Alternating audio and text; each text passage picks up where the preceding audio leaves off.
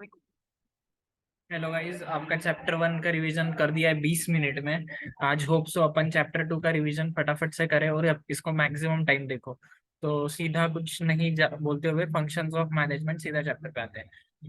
Introduction and functions of management. इसमें क्या है? Planning, organizing, staffing, directing, coordinating और कंट्रोलिंग। प्लानिंग क्या है? जैसे अपन कोई भी चीज का प्लान बनाते हैं उसको बोलते हैं planning.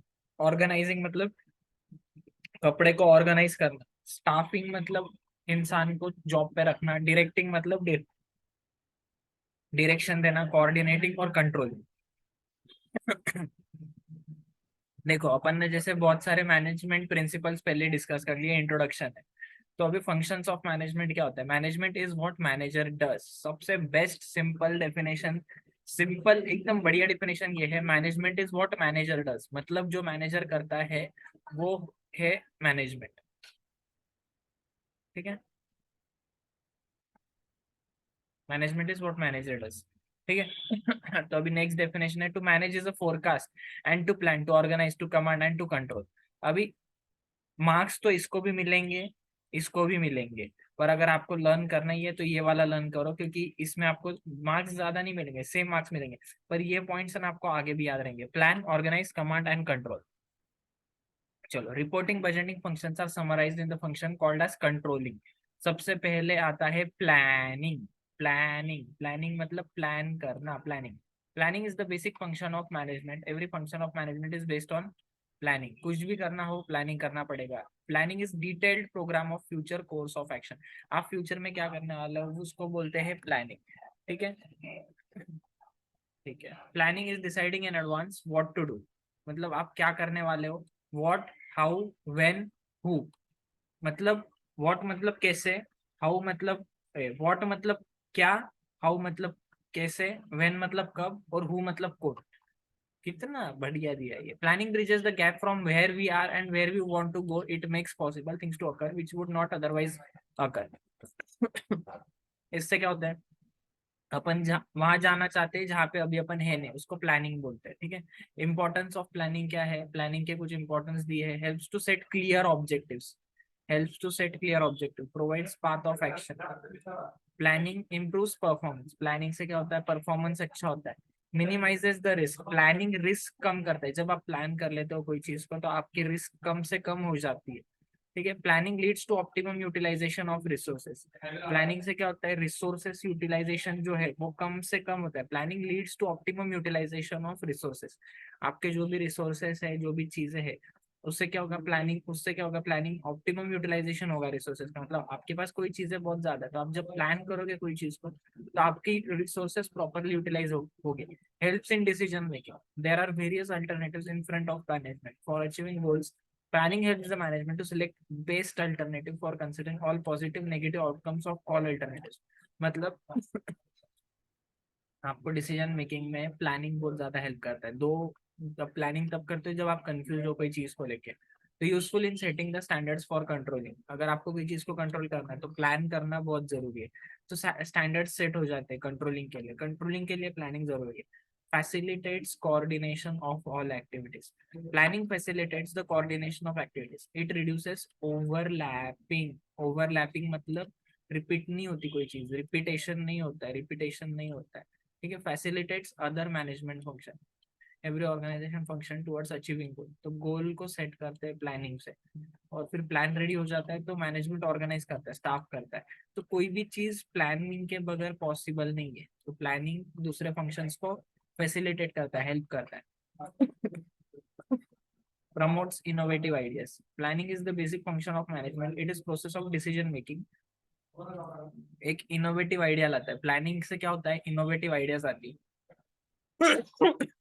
Ultimately this innovative plan result into attainment of the goals of organisation.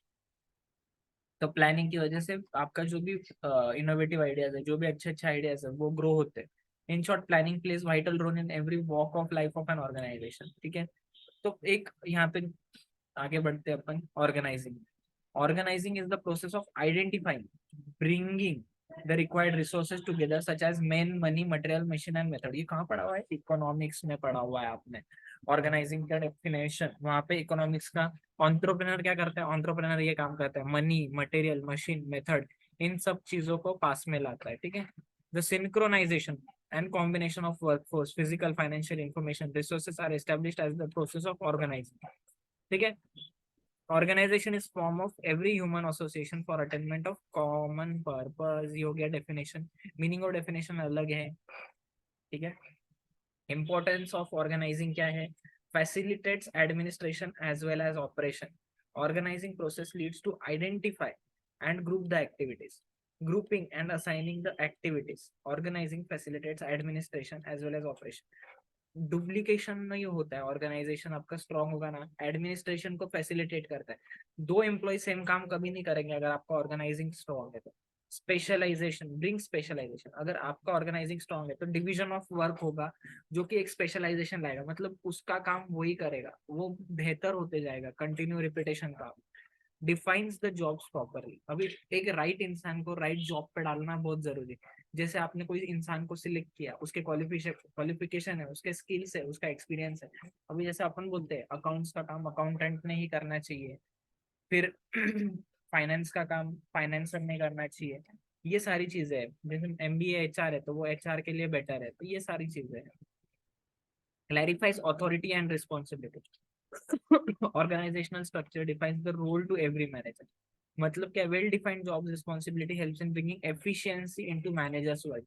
मतलब जब आपको अथॉरिटी दी गई है, रिस्पॉन्सिबिलिटी दी गई है, आपकी प्रोडक्टिविटी ऑटोमेटिकली बढ़ेगी, आपको प्राइड फील होगा काम करने में। एस्टेब्लिशेस कोऑर्डिनेशन, अभी ऑर्गेनाइजिंग क्या करता है, एक क्लियर कट रिलेशनशिप रखता है, पोजीशन रखता है, म्यूचुअल कोऑपरेशन रखता है, तो इसकी वजह से कोऑर्डिनेशन बिल्ड होता है लोगों में और एम्प्लॉयज में। Helps for effective administration. The function determines different positions, अलग अलग पोजीशंस को डिफाइन करता है। Activities and roles are clearly structured. The utmost care is taken while placing right person at right job। ये बहुत इंपॉर्टेंट लाइन है, right person at right job, right authorities and responsibility। ये एक line लिख दोगे ना तो मजा आ जाएगा एग्जाम में। right person at right job, helpful for growth and diversification। अभी देखो ऑर्गेनाइजेशन जितना अच्छा प्रॉपर होगा, ऑर्गेनाइजिंग उतना अच्छा होगा। मतलब एक बड़ा ऑर्गेनाइजेशन कब काम कर सकता है, टाटा है अभी। टाटा वाले लोग ग्रो क्यों कर सकते हैं, डाइवर्सिफाई क्यों कर सकते हैं, जब आपका एक धंधा अच्छा काम कर रहे हैं तो आप ग्रो करोगे, आप नए नए बिजनेसेस में जाओगे, आपके पास नए टेक्निक्स होंगे, एफिशिएंसी रहेगी, ठीक है। Create sense of security, organizational structure clarifies the jobs positions, ठीक है।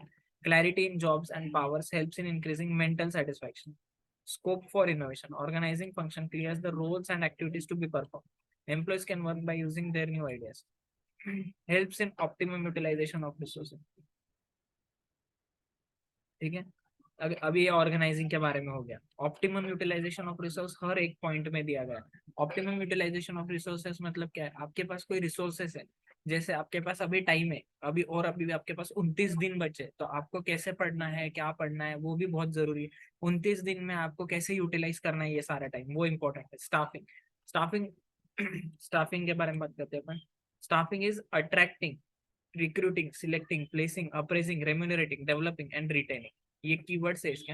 अट्रैक्टिंग मतलब किसी को अट्रैक्ट करना, रिक्रूट करना, सिलेक्ट करना, सिलेक्ट मतलब सिलेक्ट करना, प्लेस करना मतलब उसको जॉब दे देना अपने यहाँ पे, अप्रेज मतलब उसको ग्रो करना, रेम्यूनरेटिंग मतलब पैसे देना, डेवलपिंग मतलब उसको डेवलप करना, मतलब उसका माइंडसेट डेवलप करना, रिटेनिंग मतलब उसको पकड़ के रखना, ठीक है। Definition: the staffing functions pertains to the recruitment, selection, development and training and compensation। आप देख रहे हो मीनिंग और ये सेम हो रहा है इसमें थोड़ा सा, तो एक कोई भी अच्छा डेफिनेशन लर्न कर लो। Importance of staffing, effective managerial function. Staffing is the key to effective performance of other functions of management such as planning, organising, directing and controlling. Competent workforce can work effectively in different functional areas like production, sales, finance.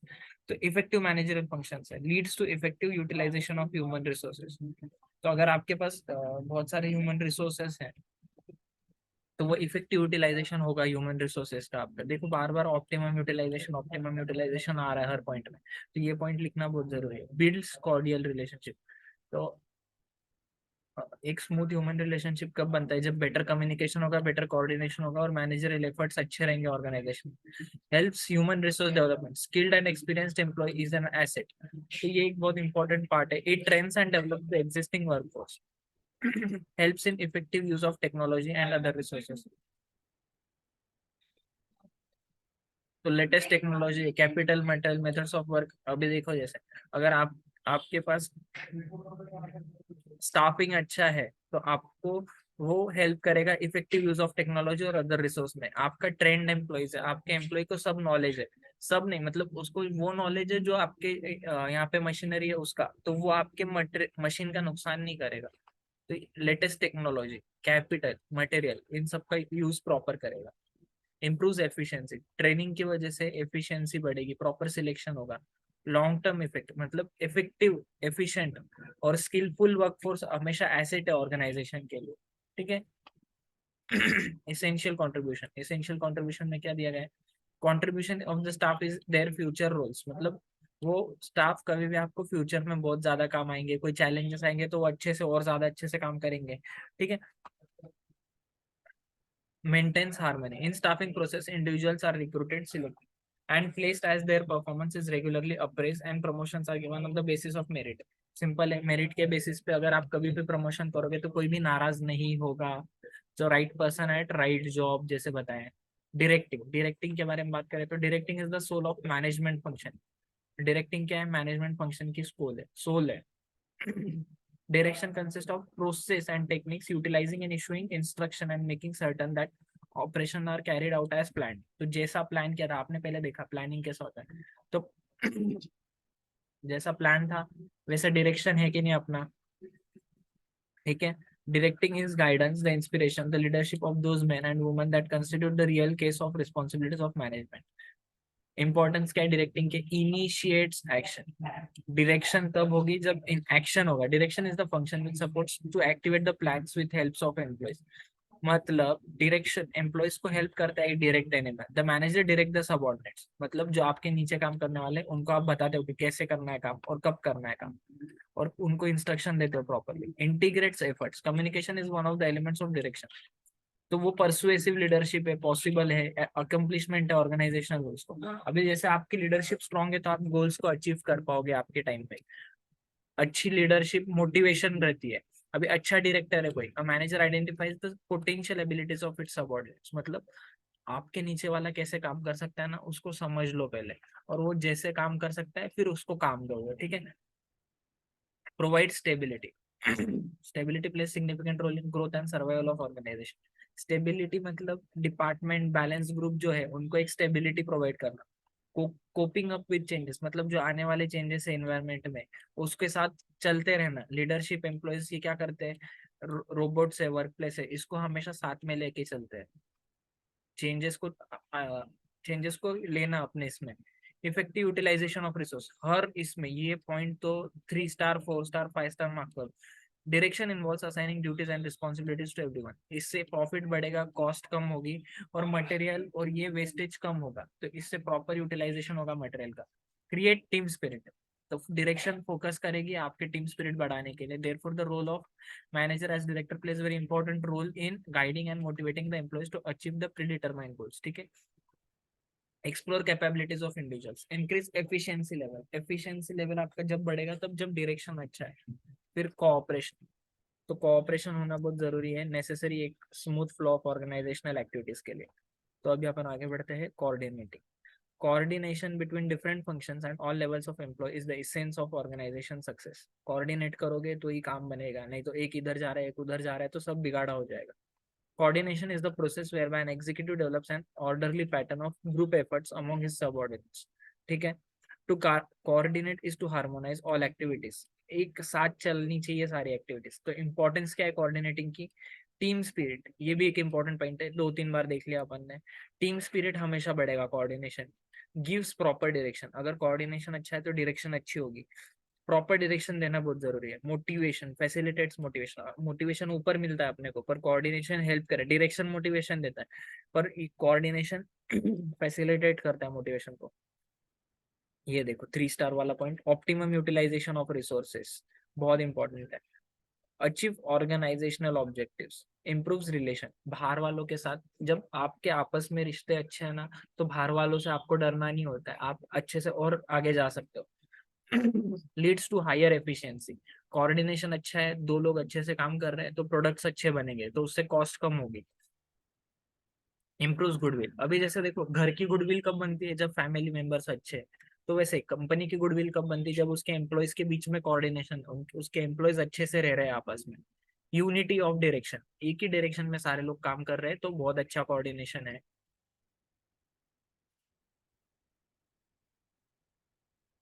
Specialisation है, मतलब अगर all department, सारे departments एक साथ काम कर रहे हैं, अच्छे से काम कर रहे हैं, तो स्पेशलाइजेशन भी है कुछ।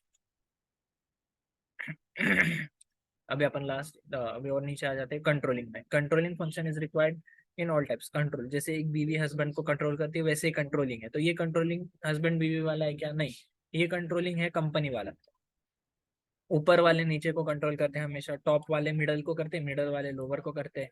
ठीक है। फिर इसमें क्या दिया है? प्रोसेस क्या है? स्टैंडर्ड्स बनाए, मेजरमेंट परफॉर्मेंस का, कंपैरिजन, डेविएशंस ढूंढे, फिर एनालाइजिंग कॉज ऑफ डेविएशन और करेक्टिव एक्शन। ठीक है। डेफिनेशन क्या? Managerial control implies the measurement of accomplishment against the standard. Correct करना वो चीजों को। Controlling is the process of bringing out conformity. तो ये दो तीन डेफिनेशन है। इंपॉर्टेंस क्या है? Fulfilling goals of organization. Controlling is the function of measuring the performance at every possible stage. Simple बात है कि कोई चीज को हर स्टेज पे कंट्रोल करना बहुत जरूरी है, बहुत इंपॉर्टेंट है। एक second। हाँ, eight every possible stage finding out the deviations. तो डिविएशंस मतलब आपने क्या एक्सपेक्ट किया था? जैसे अभी आपने एक्सपेक्ट किया था आपको 90% आने चाहिए, पर आपको 95 आ गए। तो ये एक डिविएशन है, मतलब ये अच्छा वाला डिविएशन है। खराब वाला डिविएशन क्या है? कि आप आपने सोचा था आप स्टारबक्स में जाओगे, पर आप चाय टपरी, रास्ते पे चाय पी रहे हो। तो ये बहुत गंदा वाला डिविएशन है। स्टारबक्स की कॉफी कहाँ पे और टपरी की कॉफी कहाँ पे? टेस्ट के मामले में नहीं बोल रहा हूँ मैं, स्नैपचैट के मामले में बोल रहा हूँ। ठीक है। तो ये डिविएशन है। टेकिंग करेक्टिव एक्शंस, तो करेक्टिव एक्शन लेने पड़ेंगे आपको, आपका बॉयफ्रेंड चेंज करना पड़ेगा। Making efficient utilization of resources.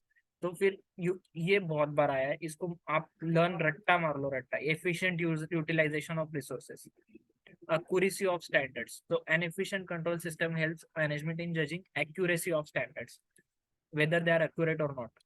तो मैनेजमेंट अगर अच्छा है, कंट्रोल कर रहा है, तो उनको पता चलेगा कि उनके स्टैंडर्ड्स अच्छे हैं कि नहीं। Motivate employee, ensure order and discipline. Order और डिसिप्लिन एक घर में होती है, परिवार में होती है, आर्मी में होती है, वैसे ही सेम ये ऑर्डर और डिसिप्लिन यहाँ पे भी होती है। कहाँ पे? ऑर्गेनाइजेशन में। Facilitates coordination. Control is a function in which the roles and responsibility of departmental managers and subordinates are designed clearly. फिर साइकोलॉजिकल प्रेशर रहेगा। The performance are evaluated with standard targets. एक स्टैंडर्ड टारगेट रहेगा। Ensures organizational efficiency and effectiveness. ठीक है। Builds good corporate image. अभी organization में जब control होते हैं फंक्शंस, तो इम्प्रूव करेंगे ये आपके ऑर्गेनाइजेशन का परफॉर्मेंस। मिनिमम डिविएशन होगा, जैसे अभी टोयोटा है, तो उनके प्रोडक्ट्स बहुत रिलायबल होते हैं, तो उसकी वजह से कॉर्पोरेट इमेज और गुडविल अच्छी बनती है। टोयोटा की गाड़ी, इनोवा हो गई, ये गाड़ी हो गई, तो लोग टोयोटा की गाड़ियां क्यों लेते हैं? क्योंकि वो बहुत रिलायबल है, उससे अच्छी इमेज बन गई है। Acts as a guide. ठीक है। अभी ये आपके लिए डिस्टिंग्विश है, ये डिस्टिंग्विश को आप पढ़िए अच्छे से।